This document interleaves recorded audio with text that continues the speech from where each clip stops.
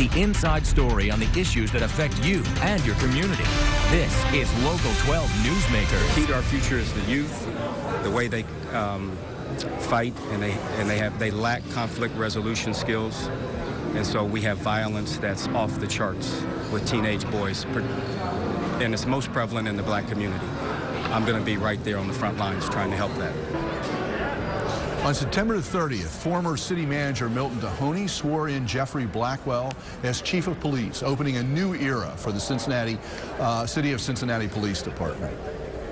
Good morning and welcome to Local 12 Newsmakers. I'm Dan Hurley. Few positions in a large city are more important or more difficult and delicate than police chief. With the decision of James Craig to accept a position as the chief in his hometown of Detroit after less than 2 years in Cincinnati, that resulted in the selection of a new chief, Jeffrey Blackwell, from Columbus. Chief Blackwell joined the Columbus Police Department in 1987 and worked his way up the ranks over the next 26 years to deputy chief. Chief Blackwell, welcome to Cincinnati. Welcome to Newsmakers. Thank you for having me. Now, you were in Columbus, not that far away. Not far. What did you think about, what was the reputation of the Cincinnati Police Department from the perspective of Columbus? Wow, that's a loaded first question. It is. It is. I can tell you that over my academic career in policing, Cincinnati did not have the best reputation professionally in the early 2000s. Early 2000s. In the early 2000s, right, when the city was engaged in some strife with the police department and residents here. I think the whole world was watching that. At least police professionals were watching.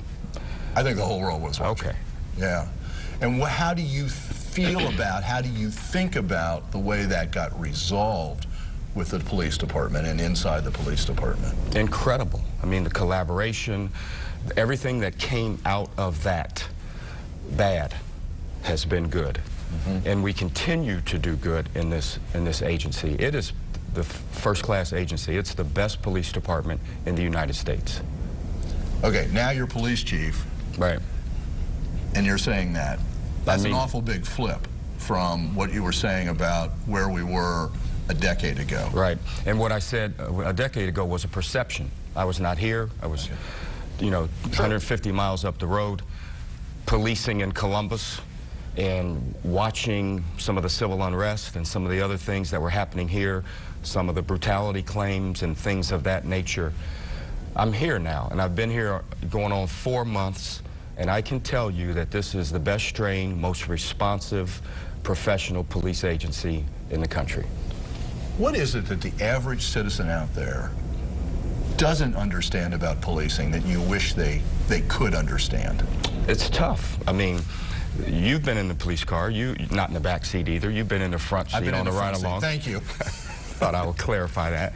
But our officers are asked, especially because we're short and we don't have enough police officers currently, they go literally from run to run to run to run and putting out fires. And a lot of those runs are very significant, life-altering runs that these officers thrust themselves into.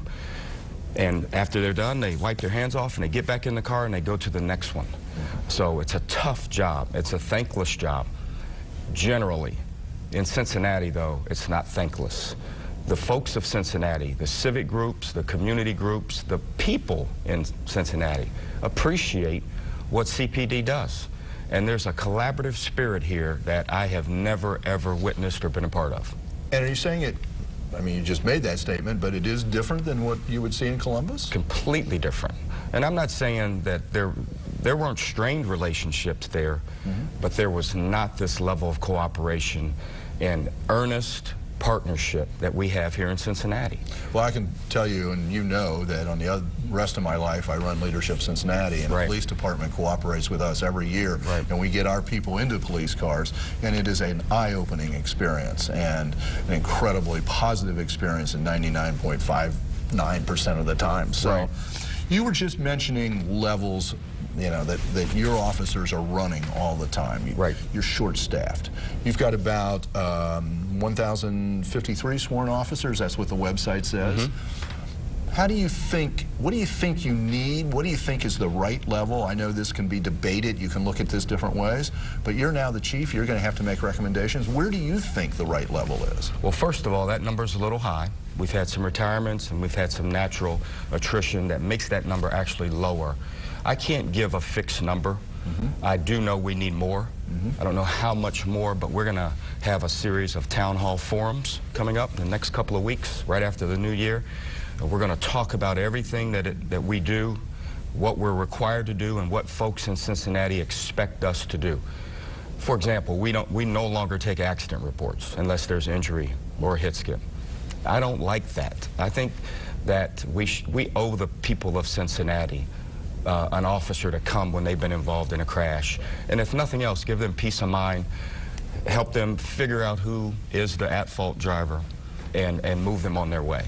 That's a harrowing experience for a lot of people.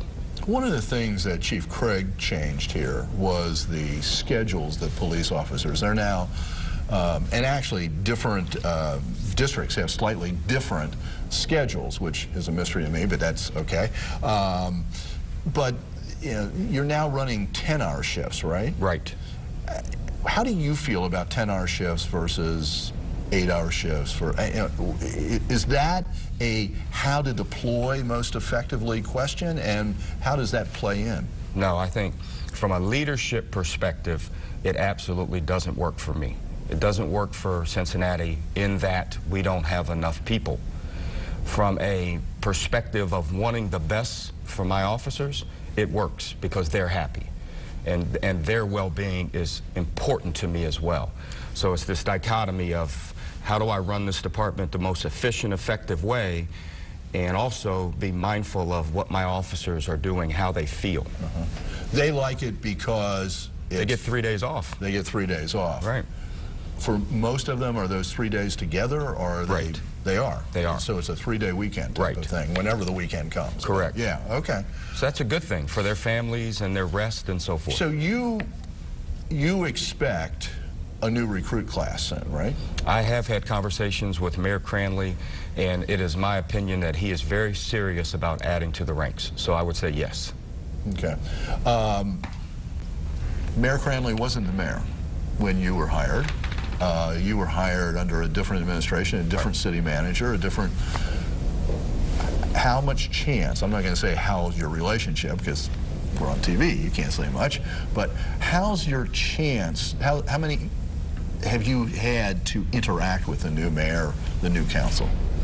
A lot, actually. A lot? And not really the last couple of days because of all they've been busy. The debate. Yeah, with the streetcar. I think that's kind of a hot topic. However, I have had several meetings with Mayor Cranley. I've met with several members of council. I'm connected. They want to know what's going on. There's a huge amount of oversight, which is okay, which is good. So I'm excited to get back to work once this whole streetcar piece gets figured out. It's figured out. Okay. One of your themes, one of your early things has been about visibility of the police, and you know, reinstated the white hats. Right. But you've also put a different sort of light system on the top of cars, and we've got a little bit of video we can throw in on this. But what is this, and why is this visibility question important? Because of two reasons. Well, let me just say this. The bad guys see the cars, and so do people, good people, that just need a reassurance that there's a police officer around. I've had literally dozens of people tell me that they come out on Vine Street or downtown around Fountain Square, and they see a cruiser that they didn't see before drive by, and it makes them feel safe. So a big part of what police officers do is we reduce the fear of crime, because that's paralyzing as well. There may not be any real criminal activity around, but if people feel unsafe, it's paralyzing. We want to reduce the fear of crime. We want people to know that we are around. We're professional. We're visible. We're not hiding. Our cruisers are well marked. They're clean. Our officers look great. They have those hats on. They stand out in the crowd, and we're there to help. I want to play a brief piece of sound that you gave a few weeks ago, and then play off and go up, and it fits with what we heard from you back at the beginning of the show too. Okay. So let's listen to this. They don't have any hope. They can't see out of their present circumstance. The walls of that are too high for them to look over and around. But, you know, part of my goal and the goal of this department is going to be to reach into those kids' lives on a personal level. I know that this whole question of youth violence and reaching out to youth is a major concern for you. What's it going to take? What are you going to do? What are the concrete actions that can be taken? First thing it's going to take is relationship. We have to be engaged in their lives, like I spoke of a couple of weeks ago. We've got to know them, and they have to know us on some level, and they have to trust us. They have to know that we have their best interests at heart. So the way you do that is that you introduce police officers in their lives in non-enforcement capacities. Not a police officer in uniform walking up to a group of kids in a mall saying, "What are you doing? Break it up." Not engaging youth at Fountain Square at some summer festival, telling them to go on their way. Because kids see cops as just always telling us what to do, how to behave, get out of here, that type of thing. We have to become their friends. They have to know us and understand what we're going through and what we expect from them. And you do that by building friendships with them. With Midnight Basketball, we will be coaching with them. We'll be there doing life skill trainings, character and integrity and leadership, things like that, conflict resolution. We want to be connected. I expect the officers in each of the 52 neighborhoods of the city to know who their kids are on those beats, and not just the bad kids, not the kids that are creating havoc, but the kids that are at the basketball court in the summer just playing, the kids at the playground, the kids sitting on someone's porch playing chess. Our officers have responsibility to get to know those children. Realistically, well, let me ask the question this way.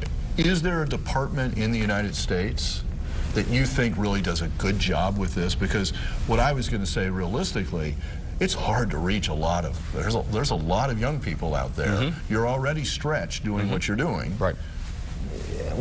Is it really possible to get out there, and has somebody got a model? Is there a best practice for this around the country? I think we're going to have the best practice. Cincinnati PD, we're going to have every chief in the country saying, how's that guy doing it? It is risky because we're short-staffed. You just mentioned the fact that we've got other priorities. But I am not going to allow us to go back to 1965, where all we do is answer calls for service. 911, what is your emergency? We send a car. 911. All we do is chase runs. We never get in front of the problem. We have to be preventive in nature. And the way you get preventive is develop relationships with youth. And then eventually, that spike that we are seeing, it begins to go down. I'm basically out of time, and I know that, but there's also part of that is when an incident does take place, how do you get people who observed it? Right. They know what's going on. Right. How do you get past the, I don't want to talk to the police? Wow. That's a great question, and that is one of my life's passions as a professional police officer. This no-snitch mentality is absolutely ridiculous. You have people in neighborhoods that do incredibly bad things in front of people, broad daylight oftentimes, and no one will cooperate with us. The crime just continues to multiply and grow and get worse and worse. And then they call when it happens to their son. And then they want to call you and editorialize the newspaper and say, the police are never around when you need them. Well, we're there, and we want to help, but help us help you. And is that part of this strategy? Absolutely is part of this, because it's not snitching when you tell on someone that comes in and you know, holds your neighborhood siege by shooting guns or beating up or breaking in an old person's house. That's not snitching on, that's doing what's honorable and what's right. Well, thank you for being here this morning. Thank you. I'm glad to have you here in Cincinnati, and I hope you will come back many times in the years to come. Thank you very much. Stay tuned. After the break, I'll be joined by Cincinnati Council member Kevin Flynn. We have to move forward. We have to make this a success. It is important for all of us, and it is important that we keep raising money. The $9 million commitment from the Hale Foundation today is huge. It's not enough. Welcome back. The last 6 weeks since the November elections has been a whirlwind at Cincinnati City Hall. The parking deal was killed. City Manager Mahoney was fired. Willie Carden was announced as the new city manager, only to withdraw after a week. And over it all was a huge fight over the future of the streetcar project. In the end, on Thursday, it all came down to one person, newly elected charter right member, council member Kevin Flynn, who's with me this morning. Kevin, thank you for being here. Good morning, Just Dan. so the audience understands, we're taping this on Friday morning, literally the day right after. This will air on Sunday. In the end, Kevin, what was it that led you to say, I need to vote to keep this moving? Really, when we had our first vote, the vote to pause, it was to get those independent numbers to see where we were in the project. And while there was a wide range from the study that came back from KPMG, the high number on that was $80 million. If we killed the project, if we stopped the project, the city sunk $80 million into it, and we have nothing to show for it. To me, that was a very high risk. I don't think the number would have come out at 80 million. I think it would have come out something less than that. Mm-hmm. But it wasn't my gamble. It was the gamble of the people of Cincinnati, and I couldn't take that risk, so I had to make the best of it. When you got, two and a half weeks ago, whenever it was, when the vote was taken to pause, the focus then was really on the construction question, and that's where the 80 million comes in. Mm-hmm. But then, in the midst of that process, over those next 2 weeks, also the operational costs became center stage as well, and that's where the whole question of how's outside dollars going to fund this operational cost? That really wasn't the issue going into that. Well, it had been for me. Okay. And it had been a question for me. Well, I don't doubt it was a question, but during the campaign, mm-hmm. because it was something that, if you're doing a project of this magnitude, this is something that should have been decided way before ground was ever broken. Unfortunately, it wasn't. Okay. And it was left to us to get the answers to those questions, and that's when the Hale Foundation stepped up. But then the question was posed as, none of this can fall back on the city budget, on operations. There are lots of cities that have streetcars and other amenities that draw in private dollars, but to say none of it could be from city dollars, that was a pretty extreme position that was taken. And then the mayor said he wanted all that collateralized and guaranteed. So that really shifted that discussion, it seemed to me, in the past 2 weeks. Well, it really did. And I have the utmost respect for Mayor Cranley, because that was a tremendous shift in his position from the campaign. Mm-hmm. And I saw that as something to work with. That this is an opportunity for what we all talked about on the campaign trail, what we talked about on your show, mm-hmm. private-public partnerships. And this was really an opportunity to make a concrete step forward in that. The money that has been identified from the Hale Foundation, that sort of private money, how does that get into this sort of system? And the question is, who runs this? Yeah. Who runs the streetcar? Now, SORTA stepped up. Metro stepped up and said, we can make this work, cooperate with the Hale Foundation, run it, bring the money in through that vehicle. Is that the way you understand that private dollars are going to get into this? That has not been decided yet. I will say that, the city is the one that's putting up all the money for the construction. For the construction, it's right. Not SORTA. That's it's right. Not private foundations. In my mind, the city still has to own the asset. As far as operations, SORTA certainly has experience with operating transportation systems. Mm-hmm. Could they be contracted with to operate it? Sure. To coordinate it with buses, to coordinate it with Government Square, with wherever we're going to connect to the bus system. it certainly makes sense to use that.